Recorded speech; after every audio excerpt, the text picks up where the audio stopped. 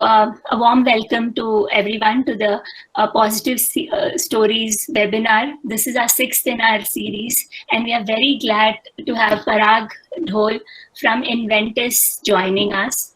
You would ask, you've got NGOs till now, non-profits like you who have come and shared their learnings. Why suddenly a VC? We realized, it's been thanks to Hardik. He's been trying to see who are the different people with whom we could interact at United Efforts and gain something out of it, learn something out of it during this COVID time. And that's how we could reach out to Parag, who is a senior of Hardik from IIM Bangalore. So he used his alumni network to reach out to people who connected with United Efforts. So thanks very much, Hardik, and a very warm welcome to you, Parag. Thank you. Before we get started, just to give you an idea, I'd like to tell, rather than tell about United Efforts, I thought I'll let Bhanu and Deva do the talking and tell you what is United Efforts. And here's a little video that I'm playing.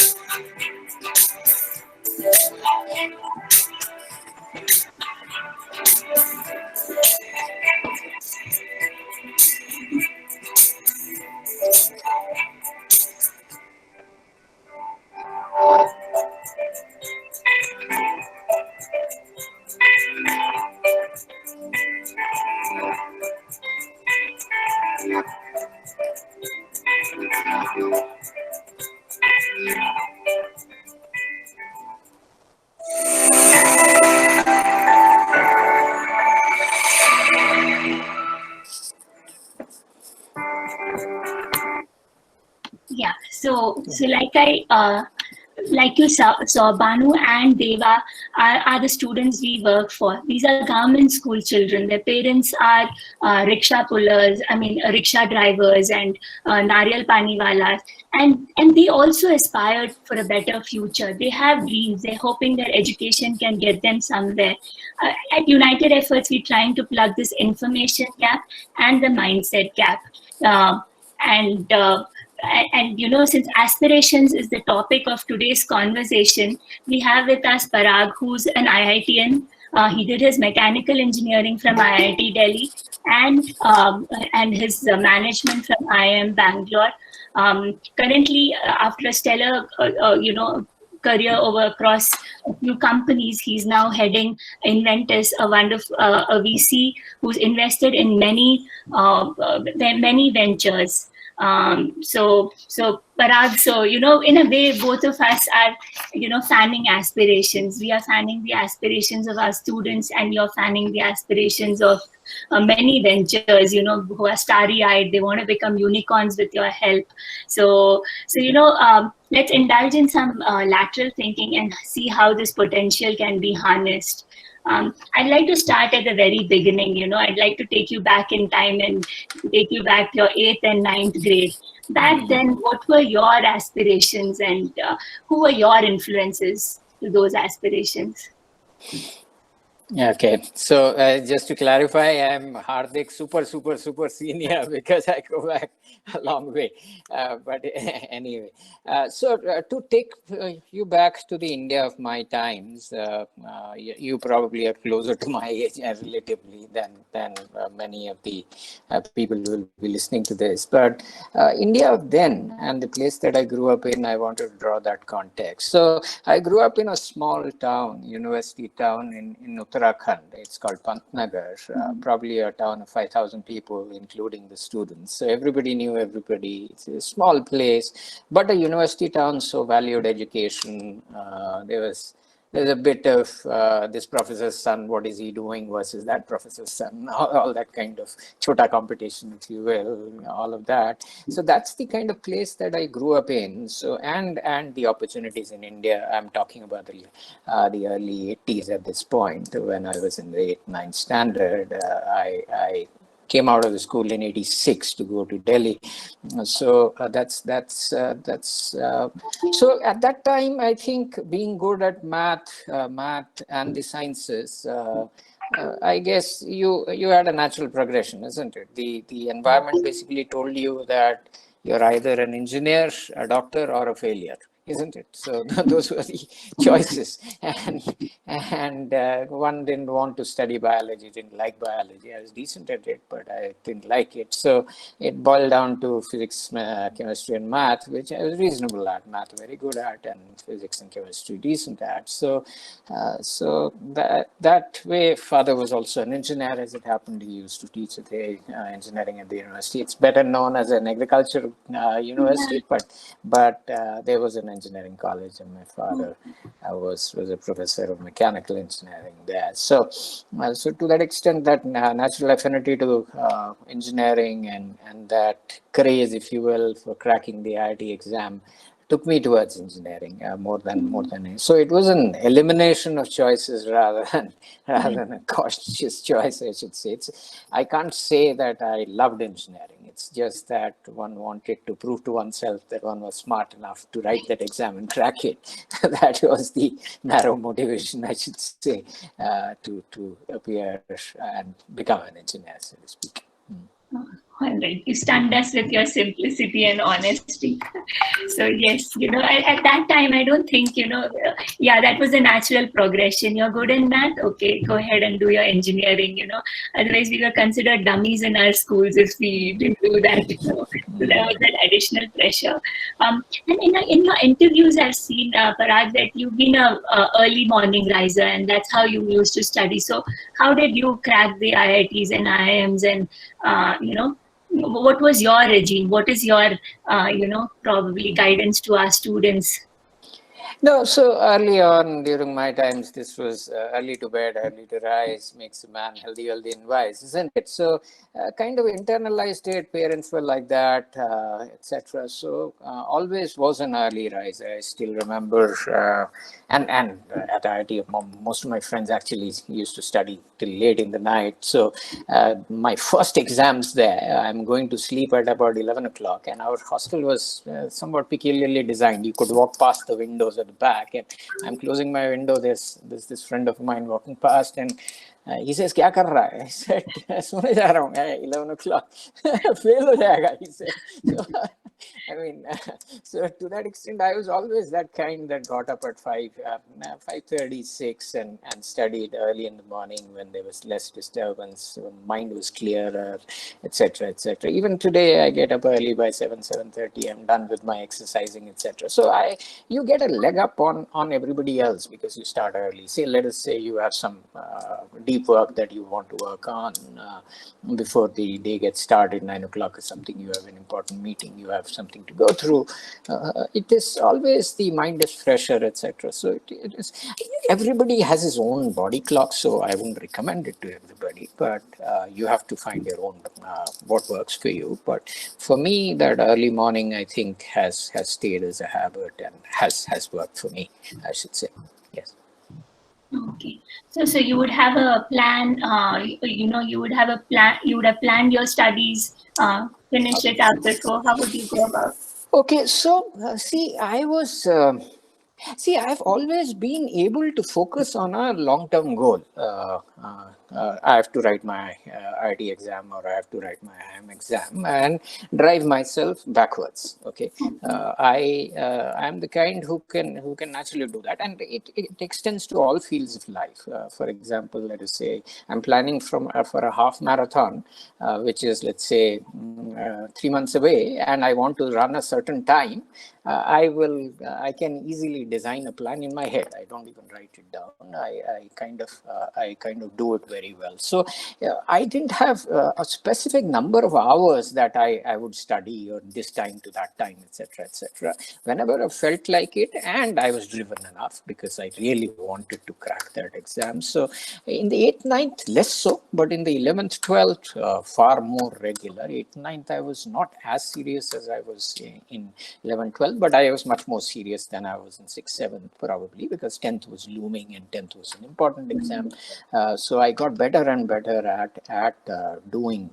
I did better at school, starting maybe the 7th standard, and that discipline kind of continued. I would say 11th and 12th were the peak of it, but I was reasonably disciplined and self-driven even in the eighth, ninth, to put in the number of hours it takes. It was not always 12 hours or always 6 hours a day. That was not the case. Whatever it felt like, but enough to complete what I needed to complete, because I could always work backwards. So.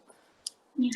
But being from a university town, knowledge about IITs, knowledge about all these institutions was, you never had to have that information constraint. You were aware of these things, and hence you could plan your future, even if it's in a default manner. But it was right in there in front of you.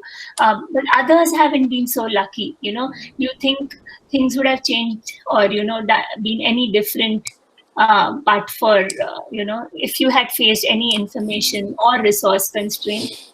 No, so that way come from a privileged family, I would say, middle class family, which had a focus on education, Bengalis. So that is middle class Bengalis tend to have that focus on education as well. So that way have been fortunate. My family is full of mathematicians and physicists, for example. So I'm the only guy who's sold himself to money in some senses, but everybody else is. Many of the others are in the academic field, for example. So that was a distinct advantage. I think I was telling you day before that I know at least two people at IIM, who didn't even know that IIT existed. One of them went to NIT Nagpur, and the other went to NIT Trichy, I think, and they're doing very well in life. They're smart. Both of them are smart enough to get through IIT, do better than I did there, for example. So, but they didn't even know about it. So that was not my constraint. Yes, everybody has some constraints. I grew up in a small town, didn't probably speak the kind of English at that time that a city boy did. Some of my peers at IIT did, for example, or even coming into IIM did, for example. So yeah, you had to improve that on your own, etc., etc. Access to coaching, physical coaching, so to speak. Sangals at that point in time, which was a fairly well-known one in Delhi at that time. Many of these, my peers actually used to go there for that. We didn't have access to that. So that way, I would say we were middle to 75 percentile on the privilege scale. We were not absolutely privileged, but definitely not nowhere like the kind of underprivileged that you work with, for example. I think that way far more privileged, I have to say. I think I've been hogging and asking you all questions. Audience, at this point, do you want to ask Parag any questions?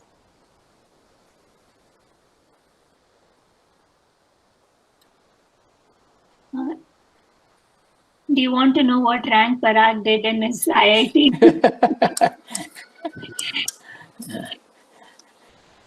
If they ask me, I'll tell them. I mean, we have him all for ourselves, so don't miss this. Don't be afraid. If you don't have a question, that's fine, but don't be afraid to ask. Anything is game. So I'll ask you, Parag, so what was your rank in IIT? I was 310. Yes. Whoa, okay, 3 digit, nice, under 500. All right, that was fabulous. So, were there any risks that you had to weigh? Um, uh, every decision has a risk attached to it, and you're going to IIT or you're going to IIM. Did you see any risks that you had to weigh while doing that? So I'm peculiar in that sense. I never really thought about not getting through. Okay. So, I mean, I was so convinced, and I don't know why I was, because in a class of 15 people, I never came first. I came second or third. I was not bottom of the class, definitely, but even in a class of 15 people, I was not number one ever. So, to that extent, I don't know where the confidence came from, but I didn't even consider what would happen if I were.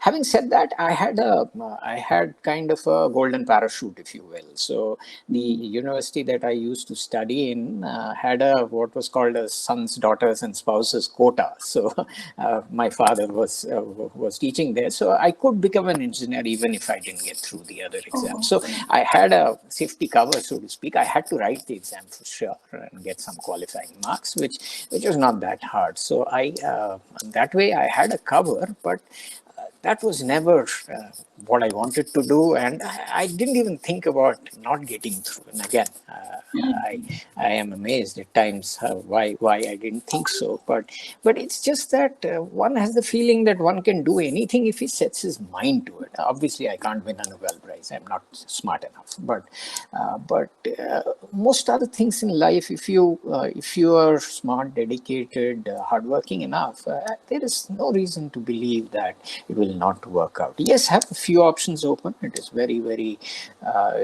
risky to just keep one option, and I had that covered for sure.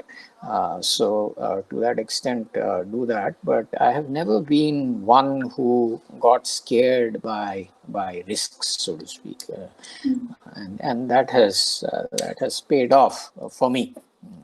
Yes.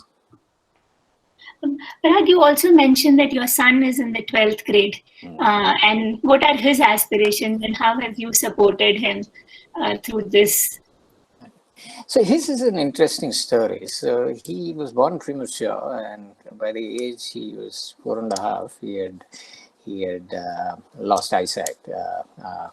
This happens to premature kids. The condition is called retinopathy of prematurity, ROP. So it was a tough thing for us as parents, for him in particular. But I think, yes, we have supported him. We had both the ability and the willingness to support him. So that we have done. But I think all the credit for what he is today, and I'll tell you where he's going, where he is in his life, but it has to go to him. What I think the French call the joie de vivre, which is essentially that zest for life and not let anything get you down. For example, some of my friends who had kids who are differently able told me that at about 9-10 years of age, when they start realizing that they are different from others, it is a psychological shock. So Abhishek, on the other hand, didn't have any of that. So his ability to take that in his stride and move on. He when he was in the seventh standard, based on his reading, and he's a nut for detective novels, etc., etc. So based on that reading, he decided he wanted to be a lawyer, and he's been focused on law from then. I mean, he's laser focused. He's like those blinkers around the house's eyes, isn't it? So he's been doing that, and he. He has an admission from a college in London, so he'll likely go there in September to study law. So that's been his journey, and whatever little we have done to support him, so to speak. Okay, so no engineering or MBA for him. He's chosen law. Yes, But and I think I'm happy. I mean, when I look back at life, I would have considered other professions if those choices were available. But as I said, the India of my time was a very different place. um, so your own journey, and then you see startups come and pitch to you on an everyday basis, is there some learnings? Is there something that you would like to share of how what nurtures a successful venture? So if I look at what is common between me and, let us say, the kind of people I would like to back or have backed and successful ones, that I think I would say hard work. Hard work is absolutely essential. I think my favorite passage from all literature is from a book called Old Man and the Sea, Ernest Hemingway's book. He won the Nobel for that. It's a the old man in the book, Santiago, is basically talking about his approach to fishing versus those of younger fishermen. So he puts a deep line into the sea, 140 feet, if I remember correctly. And the younger fishermen put in 40 feet lines, etc. And he describes himself saying in Hemingway's prose, some people are lucky, but I'd rather be exact. That way, when luck comes, I'll be ready. I think that's been an approach that has appealed to me, and that is something that I've seen has worked for most of the founders who do well, which is really hard work, and then wait for luck to come. And the second thing I think, which I probably have in common, I'd like to believe have that which most of founders I look for, and most of the founders that we have backed have, is what I would call delayed gratification. Okay, I don't know whether you've heard of this psychological experiment. It took place in Stanford in the 50s, maybe 60s, many years ago. What they did was they put kids into a room. They were Stanford campus kids itself. They put the kid in the room, one kid in a room, which was a windowless room, no distractions, just a table and a chair. Gave them a marshmallow. Marshmallow is their sweet, etc., and kind of a toffee, and then told them that if you don't eat it for the next 10 minutes, I'll give you another one. Okay, so then they tracked the people who kind of couldn't resist the temptation versus the ones who got the second marshmallow. The career progression of those. The second track, the people who could delay gratification by not eating it immediately so that they could get the second one, had far superior careers to the first bucket. And that, I think, is required in entrepreneurship. That's something that I believe I have, like to think I have. I don't know for sure, but that is what our entrepreneurs have to do, because the life of an entrepreneur is really hard, because there are more downs than ups, isn't it, in entrepreneurship? It's so hard. It's a lonely journey and hard. So unless and until you have the ability to delay gratification, and Jeff Bezos of Amazon calls it the ability to be misunderstood for a long period of time. So, this is that if you don't have that, then you don't do well. There are many other characteristics of entrepreneurs, leadership for one, which I don't have it in me. I'm just too introverted and too much of an individual worker, so to speak, individual contributor, compared to many other people, many of the of our founders and successful founders I've seen, who are natural leaders, isn't it? When they come across people, it's like a good army general. Cariappa, Manekshaw, and that kind of people, isn't it, that you think of? So they are that class of people, which I don't have at all. But these are some of the things that I would say from when I look at myself versus some of our founders. There's some things in common and many things not in common as well. Okay. Hard work and delayed gratification are the two things that you feel as common between your personal journey and the successful ventures that you have nurtured. Yeah, I mean, hard work versus smart work, that's a new thing, is it just a juggle of word? Is it a word play, or do you see a difference? No, so prioritization, see, at the end of the day, nobody has time for everything. So prioritization is important. For example, when I wrote the IIT exam, I studied 25% of the course I was not good at. I realized these are topics that inorganic chemistry, for example, just didn't appeal to me. It was mainly rote. It didn't appeal to me. So I just ignored it. And as luck would have it, that was only 10% of the exam that year. So I cleared it 2 years before me. Apparently, the paper was full of inorganic chemistry. So it could have easily have been the other way. But those kind of prioritizations are important. You need to do that. So that's where the smarts come in. But I think both of them are essential. They are a necessity. I mean, without each other, they're not possible. But there's no substitute for hard work. The harder I get, the harder I work, the luckier I get. So, so that's the say. There's no substitute for that. Yeah, 140 feet deep versus 40 feet. Yeah, that's a In other nice words, in other analogy words. that stuck in your head. Yeah, yeah. So for our students also, every day I like, I shared, it's a miracle that they're coming to school. They do so much. There's so much going on in their house. In the night, probably their parents have been fighting. There's been a drunken brawl. They do a lot of work, and then by the time they come to school, half a day is already over for them. They wake up as early as 4 o'clock, drop milk packets, do another job, and then they come hungry and tired, and yet they are focusing. So they have everything in the making. If you see, they are like, hard work is like, it's there in their genes, it's there in them ingrained, and yet they're not able to leverage that potential, that hard work in them. They at the end of it, you see many of these students who coming out of the education system being underemployed.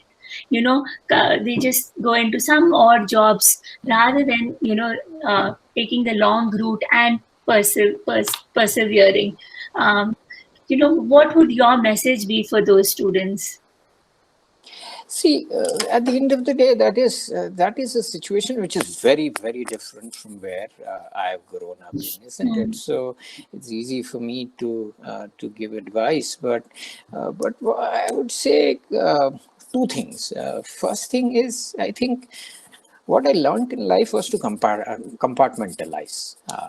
The Buddhists, for example, call it living in the moment. So when you are doing something, don't get distracted by it. When you are delivering milk, just deliver milk.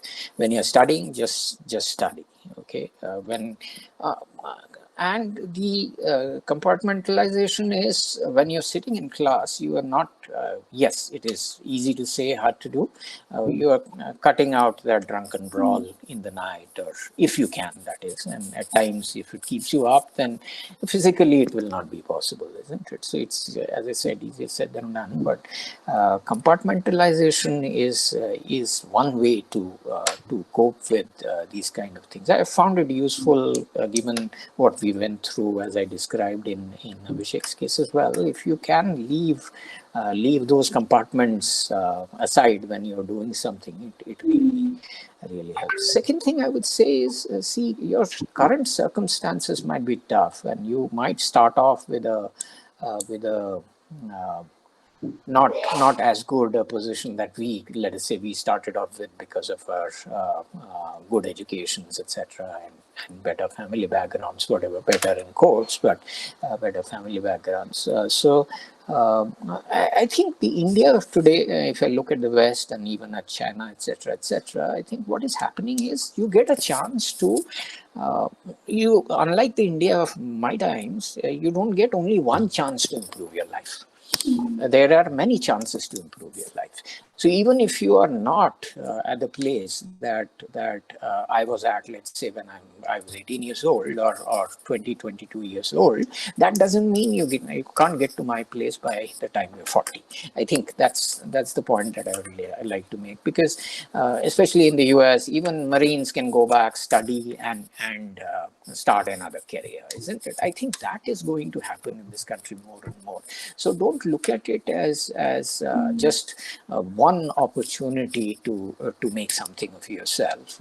If you have the drive, if you're smart enough, etc., etc., and you're stuck in a place where you think your skills are not being utilized fully, find a way to educate yourself, to do something else. It could, I mean, if I couldn't care less. It could be you're good at singing, you're good at DJing. It could be anything. If you have a special talent, then find a way. It's not just education. Find a way to utilize that talent even later in your life. So, I think that is possible in the India of today, especially in the urban India of today. I don't know whether that is possible in the rural India of today, but definitely in the urban India of today, I think it is possible. It's not easy, but it is possible. So, utilize those two things and compartmentalize, I would say, currently, and don't look at this as the only chance to make or break yourself.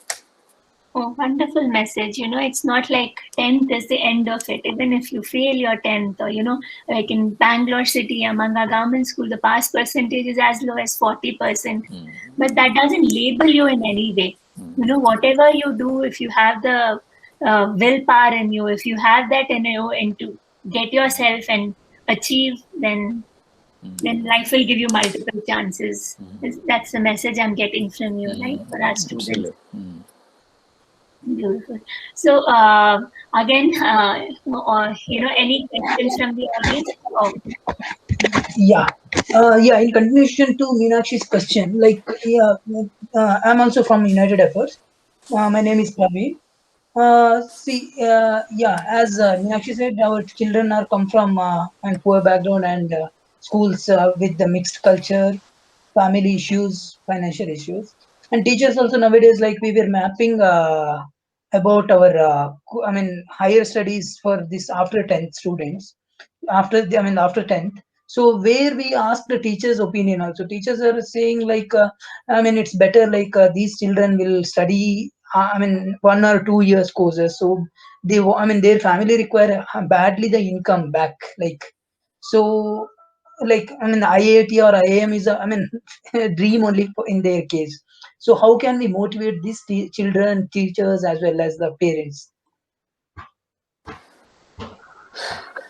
No, so Praveen, I think it's a difficult one. At the end of the day, if you don't have the circumstances itself, I'm just hoping there is society around, people like you around, people like us who have the capability to cut a check for not one, maybe two, maybe more people. So some of us have to get involved, provide that money cover. I mean, for example, um, uh, why wouldn't I take care of the education of let us say, the person who drives around my wife? Isn't it? So I need to do that. So the richer segments of society have to take care of that. People like Mr. Azim Premji Foundation are doing great work in education. So I think that money problem in my mind is the smaller of the problems that will get solved as the country gets richer. Many people contribute back to society. That is an easier problem to go away.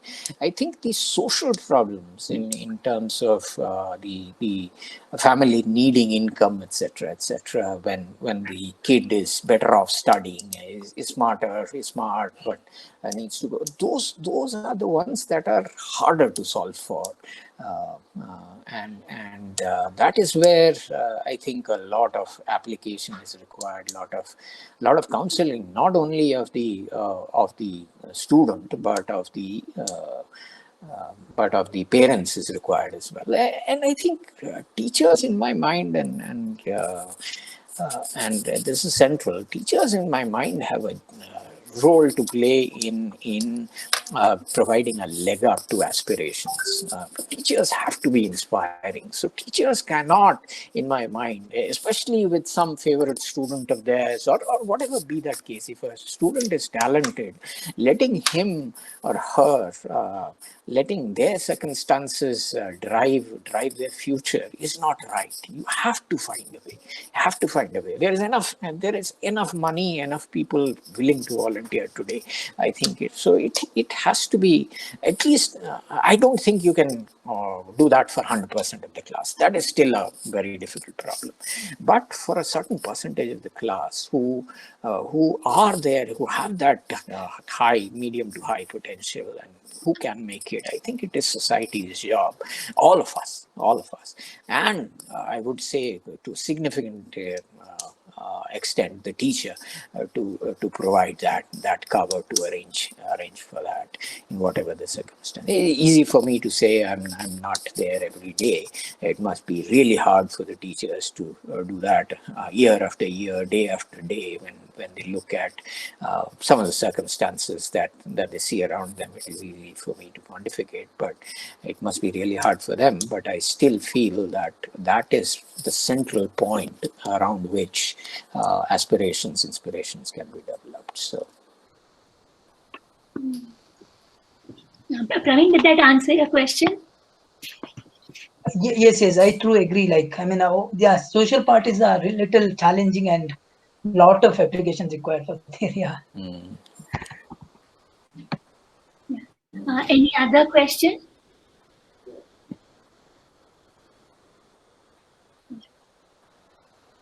I have a few more, Parag. okay. So IT is seen as this tool that is supposed to, that magic wand that is supposed to solve all problems. Yes, it does give you an edge over a lot of things, but even now, if you see the amount of funds that are available for a non-profit that has an IT solution, versus a non-profit which is a human plus IT solution, it is, it's in favor of the IT solution. That's where people are looking at, because our country is huge. For the population that they see. I can really understand why they see IT as a tool. But what is your formula? What is it that you have seen when organizations, startups want to scale? Is IT the only mantra, or how does it go? No, so see, most of us VCs, and we invest in technology only, isn't it? So to that extent, we find technology the easiest way to scale something. Because when you want to scale, if it is very people dependent, like I was describing, that centrality of a teacher, then obviously you're dependent on the number of teachers and the good ones amongst them, isn't it? Which is even rarer, isn't it? So, which is, in my opinion, not more than 1/6 of the population of teachers, and that's just normal distribution more than anything else. It's just that that pool is so. To that extent, IT provides that way to scale, and you gave a number of 2 crore people, isn't it? So it's that scale is just so mind-boggling that most people and the people giving the money or with the money are typically very loaded on the IT side, isn't it? They have seen IT succeed. Yet I think there are people, I talked to you about Anurag Blair, etc., who do realize, at least in the field of education, who is part of the Premji Foundation, who's worked long and hard at the education problem, especially public sector schools. Those state schools, I should call them. So to that extent, his view is the centrality of the teacher that I talked about. It is that person who drives it. So technology process can help you somewhat in that, but they are marginal. They can make a 5, 10, 15% difference, but the teacher can make that quantum difference, that 50%, 100% difference can only be made by that teacher. So there's some areas of life, education is clearly one of them, maybe healthcare is another, where it is just too service oriented, just too one-on-one oriented, and it is just too human interaction, so to speak. And we like to believe that venture capital is also one of those areas which is on the softer side. So the softer the skill, the harder the skill, more AI will catch up in this thing, isn't it? Because that will get automated quickly. And the more subjective it is, the more the human element, the more the judgmental element, that is what will stay. And some of these problems are more on this side. Education in particular, I believe, is less on the AI side and more on the human side. So I think it is time that some of the donors also woke up and realized that it is not just technology that will solve this problem, not even just process alone that will solve this problem, but it has to be a huge dependence on. What does that mean then?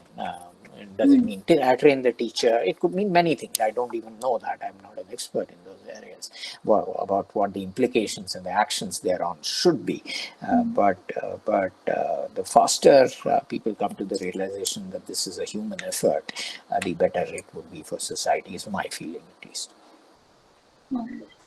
Yeah, very true. It's not an either or. It's a balance between the two, that we a fine balance that we need to find. So even the 1/6, if 1/6 of the teachers are the good teachers, maybe a good solid IT tool can probably move it to 2/6 and come bring it to 1/3 kind of a thing, and increase the proportion of those bright teachers who can change a lot of lives. Yeah. Very true. Very true. The other thing is, you have a lot of startups coming in, and when they want to scale, there's the when you want to accelerate, when you want to scale, there's another growth curve that takes on. You've come to you've established yourself, and now you want to scale. Is it a very different ball game out there when you want to scale? Are the equations changing? How is it in the for-profit world? As they say, what got you here will not get you there, isn't it? So I think that's a book title, and that's a beautiful way of describing it, isn't it? So that scaling from, let us say, $0 to $1 million of revenues, and then 1 to 10, and that 10 to 100 requires different kind of skills. So to that extent, I think if it is a founder-run company, which most of our companies are, young founders typically, we are taking the call that this guy or this team, those 3 people, 2 people, whatever be the team size, the founders, so to speak, will grow as fast as the company is growing. Okay, personally, in the sense that you have to grow at the same pace, isn't it? You have to learn to delegate, for example, one of the more simple things. Learn to delegate, learn to trust, etc., etc. Learn to establish communication.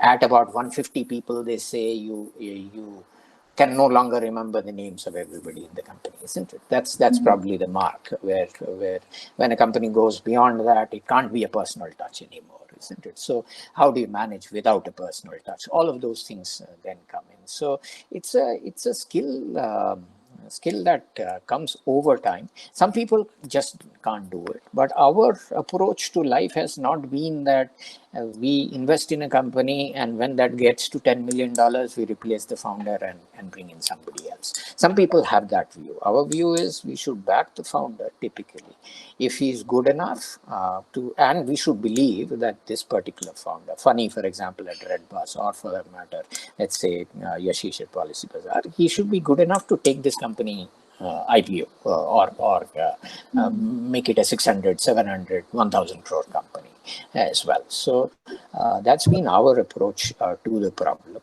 But some other people have a different viewpoint, saying that, okay, this guy can take it to $10 million, we'll bring in an outside executive to execute. Then it becomes more of a execution game, isn't it? It's no longer that inspiration, vision kind of a game. It's I wouldn't say vision never disappears, and the importance of execution never goes away. But 1 to 10 is still you can do by sheer force of personality. From 10 to 100, it has to be process, and some people are better at process. And typically, the guys who are doing it on vision and inspiration from 0 to 10 are unable to. Some of them are unable to get into that process mode, so to speak. So. Okay. 1 to 10 is people, and 10 to 100 is process. That's I think that's how we are also learning. We are a very small team. When we started, we were just 4 of us, and It used to be, we are eating together, discussing on a daily basis, and now slowly, we aren't spending so much time with each other, and at times it bothers us. At times it makes us proud that okay, we are growing in the right direction. So yeah, that's a mixed feeling that all of Yeah, us that's what. are That's what. having. Yeah. Hard to do. Yeah, but we believe in it, and like we are on a mission. We think that every student, it's his or her birthright to get that support. You should not have any resource constraint, not have any, but have minimum resource constraint and minimum information constraint, and they get a shot at what they want to be. Have a shot. They are a child. They have to be supported to become a fruitful adult in the future.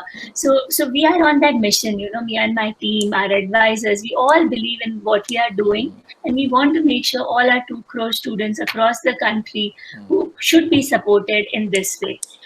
In this way, meaning given career exposure, not just uni model or anything, but this is the need of the hour, so that the crores of money we are pooling into education bears some result, and we get that huge demographic dividend that our country seems to be relying on, right? So this is not going to be easy. You just said that 0 to 10 and 10 to 100, and now we are telling you 2 crores, in terms of human impact, right? It's not going to be a easy task. So what are the challenges you probably foresee for us, and how could we probably circumvent it? So, so I think it's a mammoth task, isn't it? So I go back to an interview. I think it was in our books during the 10th standard or 11th standard. This was this journalist called Kushwant Singh, famous journalist from those times, interviewing Mother Teresa. And in Kalighat, Bengal, West Bengal, Calcutta, during those days, and asking her, see what you're doing. And India was even poorer than it is today, Yeah. isn't it? Very, very poor at that time. So what you're doing is just a drop in the ocean. Why bother? Was the question that he asked. So Mother Teresa's response to that was, at least that ocean is a drop less, isn't it? I think in her own understated way, she made that point, and that has stuck with me. So for me, I think. The story boils down to, it is a question of as much of impact.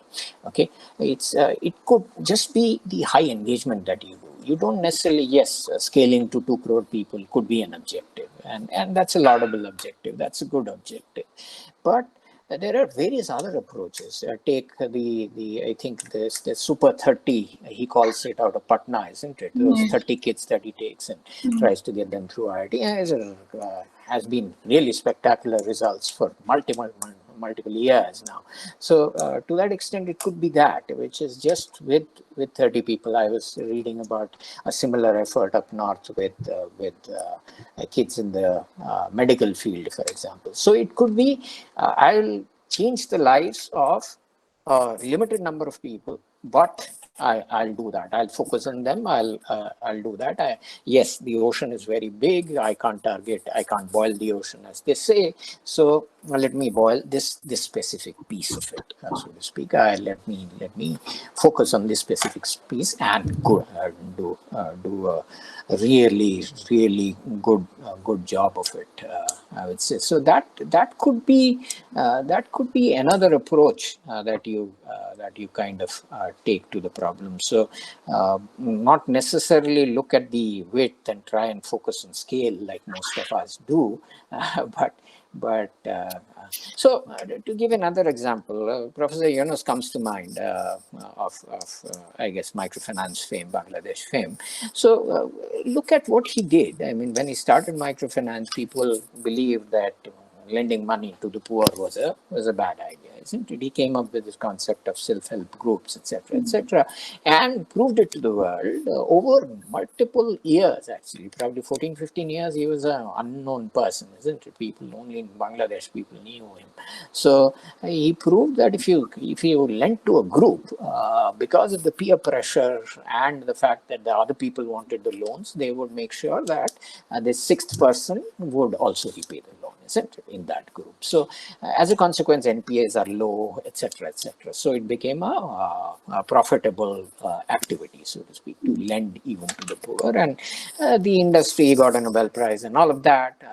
Because of that. So, and now many people have copied their model, his model. Bandhan Bank, for example, started from there. There is Equitas and obviously SKS, whatever it is called now.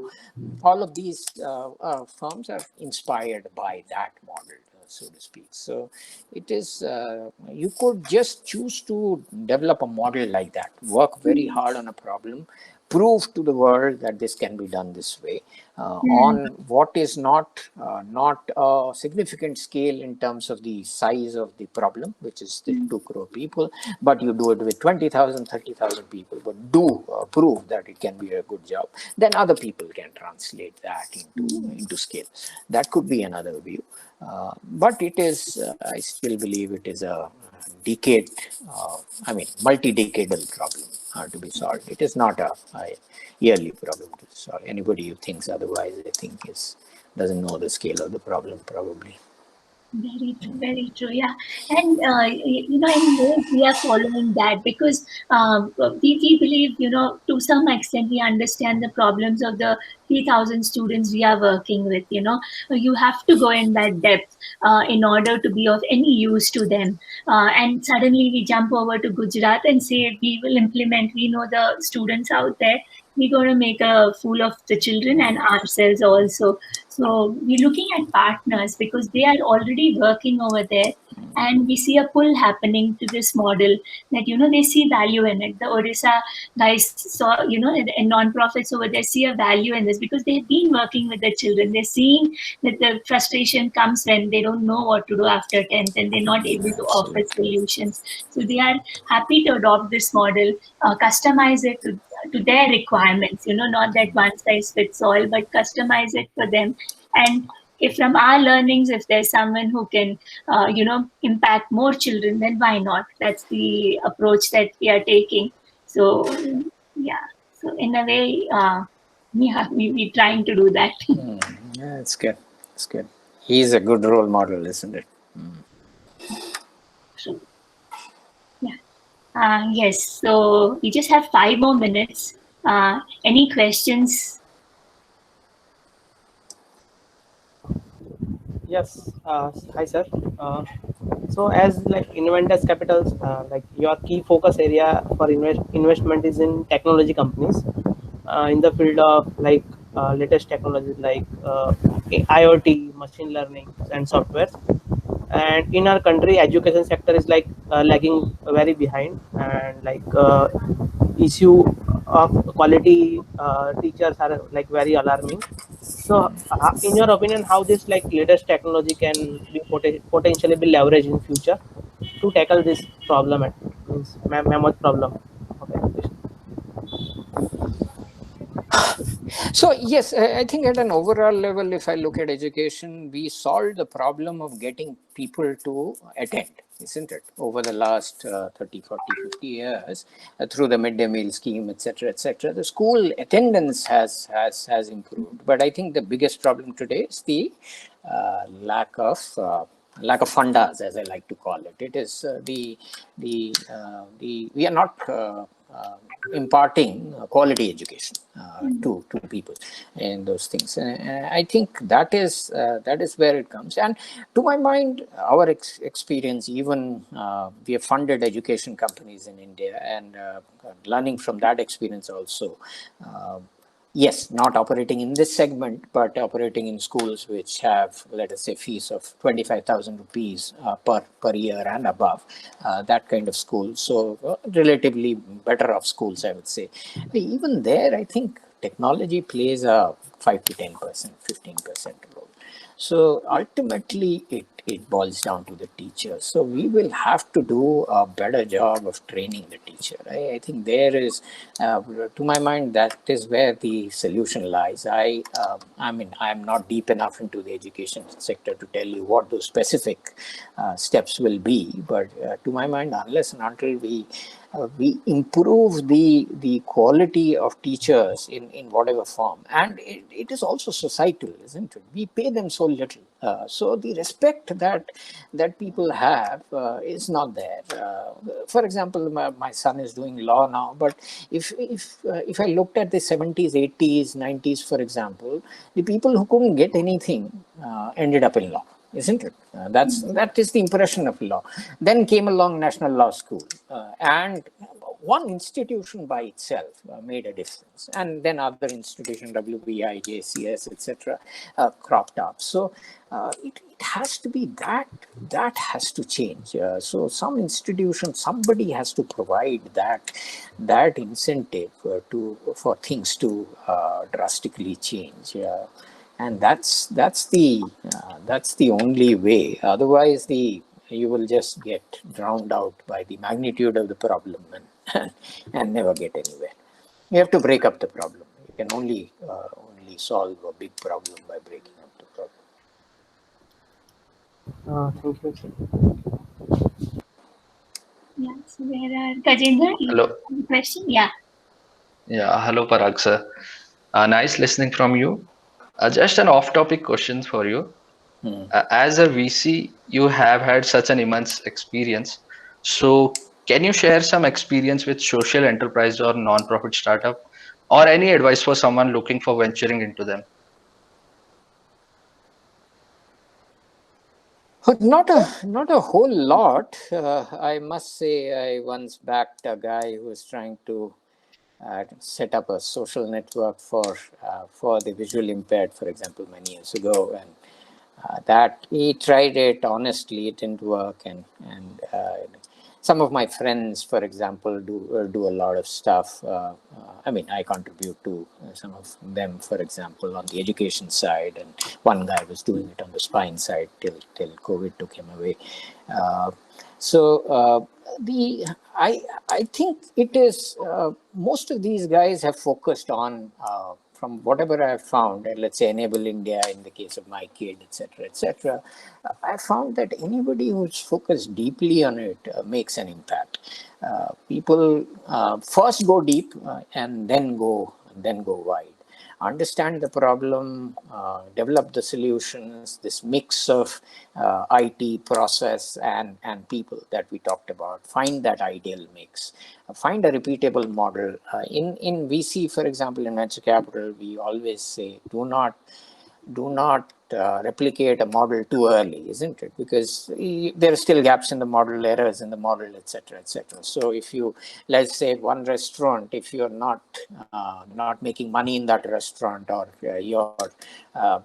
the food is good but the dessert is not good, and you scale it, then fixing the problem in 20 different places is very hard, isn't it? So fix the first restaurant and then go out and scale it. So I think that is one thing that I would say is worth keeping in mind, that first, even if it is repetitive, boring, etc., focus on that one unit, that initial unit, that perfect it, and then think about scaling. Don't the biggest mistake that startups make is scaling too early. And today, at least in the startup world, money is available for cheap, so there is a temptation to scale too early as well. So it is even worse in my mind. But leaving that world aside for a moment, I think that horizontal lesson of not scaling before you have perfected the unit, so to speak, is very, very important. Yeah, thank you, sir. Thank you, Parag. It's been a wonderful 1 hour of, simple, straightforward exchanges. I could see it straight from the heart, and, with the best intent to support, support in whatever ways, in simple ways as can be. I think that was purely valuable. Thanks so much for your time, Parag. I really appreciate that, you took the time and shared your thoughts and your own journey also. As we went about. So thanks Thank you. again. Yeah. Thanks then, guys. Bye.